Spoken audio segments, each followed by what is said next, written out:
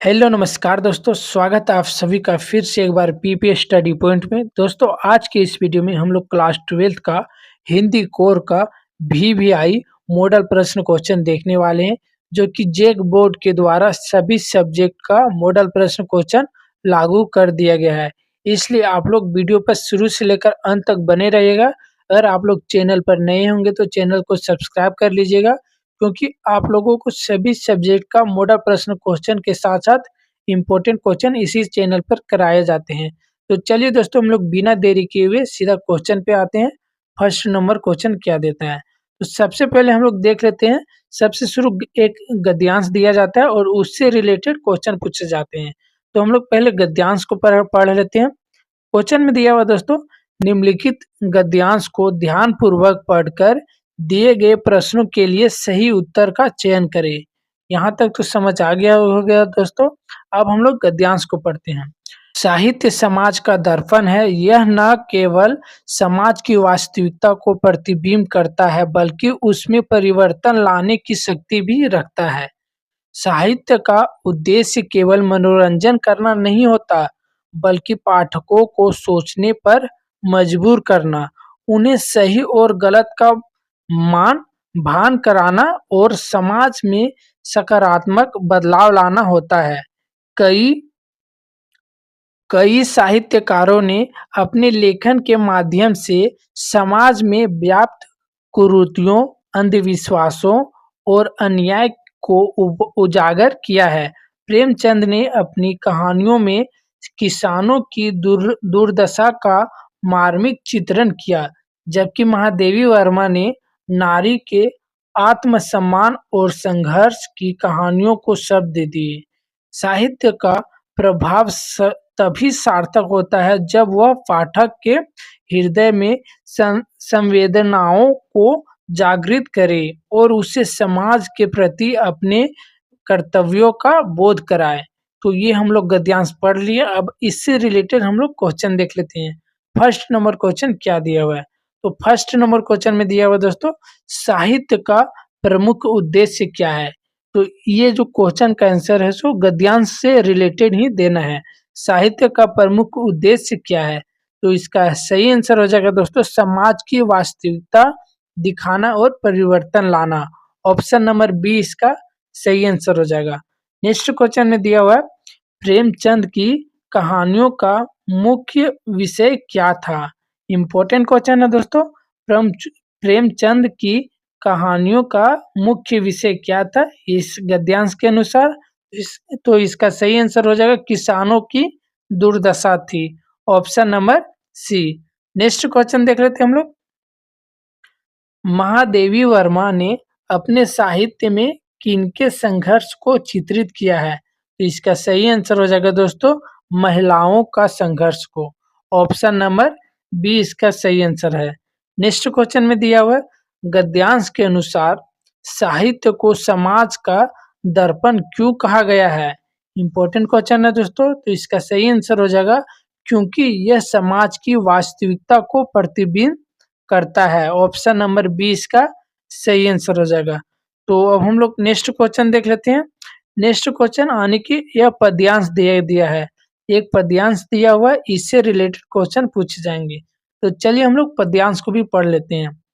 निम्नलिखित पद्यांश को ध्यानपूर्वक पढ़कर दिए गए प्रश्नों को सही उत्तर का चयन करें। तो इसका पद्यांश देख लेते हैं। यह धरा, यह गगन, यह बगिया हरी, यह हवा, यह फिजा, यह नदी की लहर, सबका जीवन सबका यह संसार है, नहीं किसी का केवल यह अधिकार है। आगे देख लेते हैं। पर मानव भूल कर यह गर्व करता, संसार पर अपना राज समझता, संसार के संसाधन जो नष्ट किए, तो प्रकृति ने भी अपने क्रोध व्यक्त किए। अब समय है, चेत जाएं सब लोग, नष्ट करे ना यह सुंदर धरती का योग, प्रकृति का मान करे, संतुलन बनाए रखे, तभी यह जीवन, यह धरा सजीव रह सके। तो इस प्रकार हम लोग पद्यांश को पढ़ लिए। अब हम लोग इससे रिलेटेड क्वेश्चन देखेंगे। कि क्वेश्चन नंबर 5 में क्या पूछ रहा है। पद्यांश के अनुसार संसार का अधिकार किसका है? संसार पर किसका अधिकार है? तो इसका सही आंसर हो जाएगा दोस्तों सभी जीवों का अधिकार है। पद्यांश के अनुसार इसका सही आंसर हो जाएगा ऑप्शन नंबर बी, सभी जीवों पर, सभी जीवों का अधिकार है संसार पर। नेक्स्ट क्वेश्चन है, पद्यांश में मनुष्य की किस भूल का उल्लेख किया गया है? पद्यांश में मनुष्य की किस भूल का उल्लेख किया गया है? तो इसका सही आंसर हो जाएगा संसार पर अधिकार जताना, यानी मनुष्य के द्वारा सो यह भूल हो रहा है कि संसार पर वह अपना अधिकार दिखा रहा है। ऑप्शन नंबर बी इसका सही आंसर हो जाएगा। नेक्स्ट क्वेश्चन देख लेते हैं, पद्यांश में प्रकृति के क्रोध का क्या कारण बताया गया है? इंपॉर्टेंट क्वेश्चन है। पद्यांश में प्रकृति के क्रोध का क्या कारण बताया गया है? तो इसका सही आंसर हो जाएगा संसाधनों का नष्ट करना। मानव द्वारा जो संसाधनों का नष्ट किया जा रहा है उसे ही प्रकृति के क्रोध का कारण बताया जा रहा है। ऑप्शन नंबर बी इसका सही आंसर हो जाएगा। नेक्स्ट है, पद्यांश के अनुसार धरती को सजीव रखने के लिए क्या करना चाहिए? पद्यांश के अनुसार धरती को सजीव रखने के लिए क्या करना चाहिए? तो इसका सही आंसर हो जाएगा दोस्तों प्रकृति का मान करना और संतुलन बनाए रखना। इसका सही आंसर हो जाएगा ऑप्शन नंबर ये। नेक्स्ट क्वेश्चन देख लेते हैं हम लोग। क्वेश्चन नंबर 9 में दिया हुआ ये क्वेश्चन है, निम्नलिखित प्रश्नों के सही विकल्प का चयन करें। ठीक है, क्वेश्चन नंबर 9 में पूछ रहा है, अधिसूचना का प्रकाशन कहाँ होता है? इंपॉर्टेंट क्वेश्चन है। अधिसूचना का प्रकाशन कहाँ होता है? तो इसका सही आंसर हो जाएगा राजपत्र यानी गजट में होता है। ऑप्शन नंबर डी इसका सही आंसर हो जाएगा। नेक्स्ट क्वेश्चन देख लेते हैं, निबंध का अंतिम भाग क्या कहलाता है? निबंध का अंतिम भाग क्या कहलाता है? तो इसका सही आंसर हो जाएगा निष्कर्ष। ऑप्शन नंबर बी इसका सही आंसर हो जाएगा। अब नेक्स्ट क्वेश्चन है, पीटीआई क्या है? पीटीआई क्या है? क्वेश्चन नंबर 11 में पूछ रहा है पीटीआई क्या है? तो इसका राइट आंसर हो जाएगा दोस्तों समाचार एजेंसी है। ऑप्शन नंबर ये इसका सही आंसर हो जाएगा, पीटीआई एक समाचार एजेंसी है।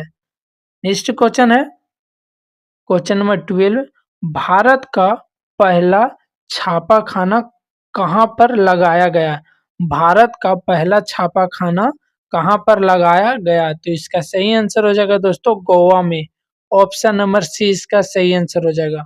नेक्स्ट क्वेश्चन देख लेते हैं, क्वेश्चन नंबर 13, संचार प्रक्रिया में आई बाधाओं को क्या कहते हैं? संचार प्रक्रिया में आई बाधाओं को क्या कहते हैं? तो इसका राइट आंसर हो जाएगा शोर। ऑप्शन नंबर ये इसका सही आंसर हो जाएगा। नेक्स्ट क्वेश्चन देख लेते हैं, क्वेश्चन नंबर 14, उल्टा पिरामिड शैली, उल्टा पिरामिड शैली का प्रयोग किस लेखन में होता है? इंपॉर्टेंट क्वेश्चन है, उल्टा पिरामिड शैली का प्रयोग किस लेखन में होता है? तो इसका सही आंसर हो जाएगा समाचार लेखन में। ऑप्शन नंबर डी इसका सही आंसर हो जाएगा। नेक्स्ट क्वेश्चन देख लेते हैं हम लोग, अखबार की आवाज किसे माना जाता है? अखबार की आवाज किसे माना जाता है? तो इसका सही आंसर हो जाएगा दोस्तों क्वेश्चन नंबर 15 का संपादकीय को। ऑप्शन नंबर सी इसका सही आंसर हो जाएगा, संपादकीय को अखबार का आवाज माना जाता है। नेक्स्ट क्वेश्चन देख लेते हैं दोस्तों, क्वेश्चन नंबर 16, आलेख के लिए अंग्रेजी में कौन सा शब्द प्रयुक्त होता है?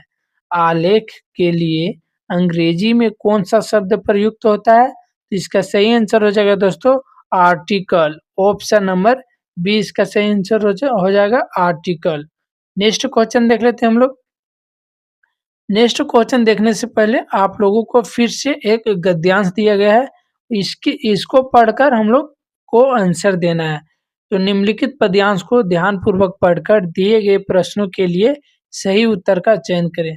तो दोस्तों वीडियो लंबा हो जाएगा, इसके चलते आप लोग इस गद्यांश को पढ़ लीजिएगा, हम लोग सीधा आंसर पर आते हैं, सही आंसर पर। तो आप लोग इसको पढ़ लीजिएगा इस गद्यांश को, और इससे रिलेटेड क्वेश्चन को देखिएगा। क्वेश्चन नंबर 17 में पूछ रहा है, उपर्युक्त अनुच्छेद किसके बारे में है? उपर्युक्त अनुच्छेद किसके बारे में है। तो इसका सही आंसर हो जाएगा दोस्तों भक्तिन के बारे में। ऑप्शन नंबर बी इसका सही आंसर हो जाएगा। नेक्स्ट क्वेश्चन देख लेते हैं, क्वेश्चन नंबर 18। भक्तिन किस रहस्य के बारे में पूछे जाने पर वह सशास्त्र को चुनौती दे डालती है?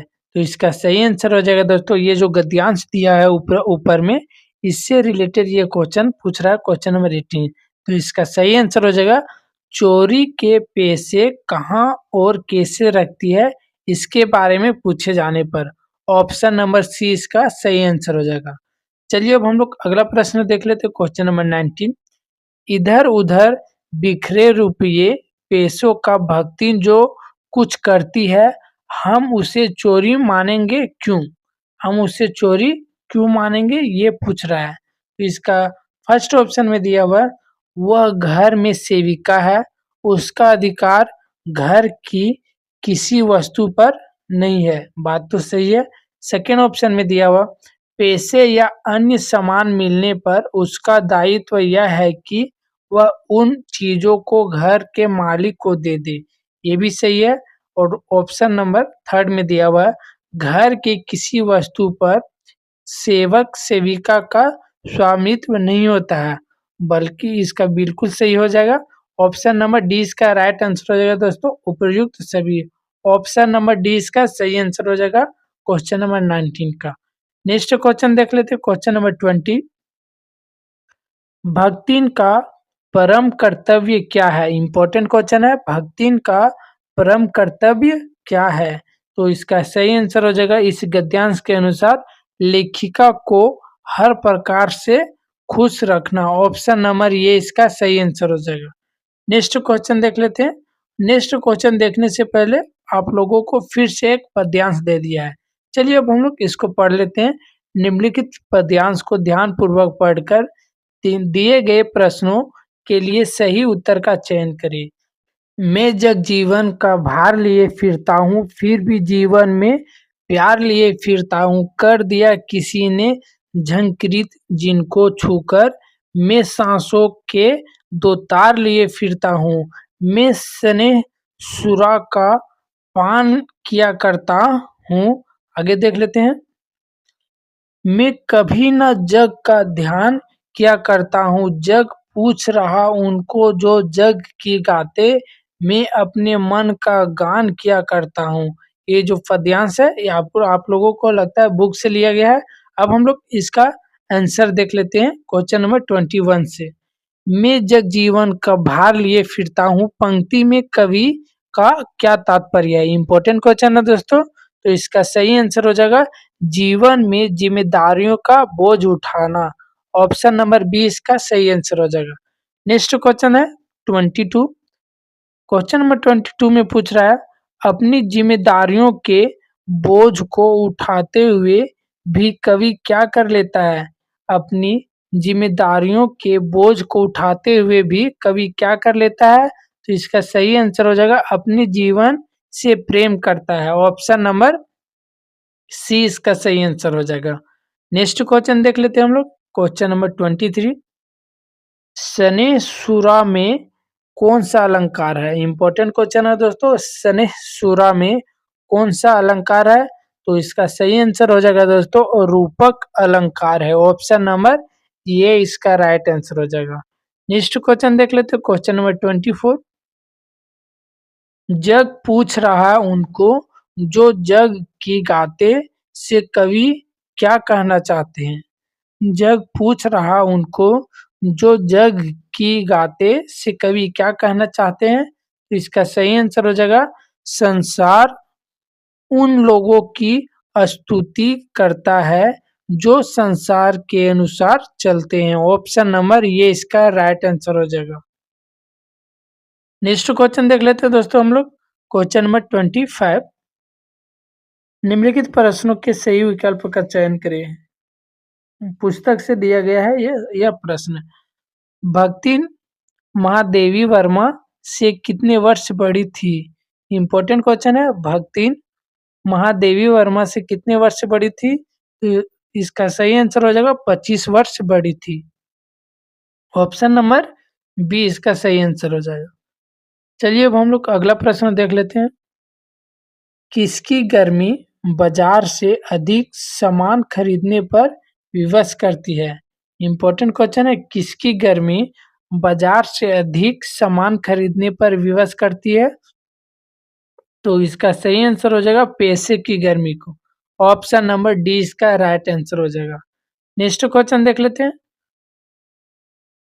बहुत नीला शंख जैसे में कौन सा अलंकार है? बहुत नीला शंख जैसे में कौन सा अलंकार है? तो इसका सही आंसर हो जाएगा उपमा अलंकार है। ऑप्शन नंबर सी इसका सही आंसर हो जाएगा। नेक्स्ट है, बादल राग कविता में कवि बादल का आह्वान किस रूप में करता है? किस रूप में करता है? तो इसका सही आंसर हो जाएगा दोस्तों क्रांति के रूप में। ऑप्शन नंबर बी इसका सही आंसर हो जाएगा। नेक्स्ट क्वेश्चन है, जूझ पाठ के लेखक कौन है? इंपॉर्टेंट क्वेश्चन है दोस्तों, और इस क्वेश्चन को इस बार पूछने की 100% गारंटी है। तो इसका सही आंसर हो जाएगा Anand Yadav. Option number B इसका सही आंसर हो जाएगा। नेक्स्ट क्वेश्चन है, एन फ्रैंक की बड़ी बहन का क्या नाम था? एन फ्रैंक की बड़ी बहन का क्या नाम था? तो इसका सही आंसर हो जाएगा मार्कोट मार्गोट। ऑप्शन नंबर सी इसका सही आंसर हो जाएगा मार्गोट नाम था एन फ्रैंक की बड़ी बहन का। तो इस प्रकार हम लोग हिंदी कोर का ऑब्जेक्टिव क्वेश्चन आंसर देख चुके हैं। इसी प्रकार आप लोगों को जितना भी इसका सब्जेक्टिव क्वेश्चन दिया हुआ है, इसका आंसर हम लोग भी देखेंगे नेक्स्ट वीडियो में। इसलिए आप लोग वीडियो पर इस चैनल पर शुरू से लेकर एंड तक बने रहिएगा, और जितने भी क्वेश्चन है, जितने भी सब्जेक्ट का क्वेश्चन आंसर है, आप लोगों को सभी सब्जेक्ट का क्वेश्चन आंसर बताया जाएगा इसी चैनल पर। इसलिए आप लोग चैनल पर बने रहिएगा और वीडियो को ज़्यादा से ज़्यादा शेयर कीजिएगा। तो चलिए दोस्तों, हम लोग अब मिलते हैं नेक्स्ट वीडियो में, तब तक के लिए जय हिंद।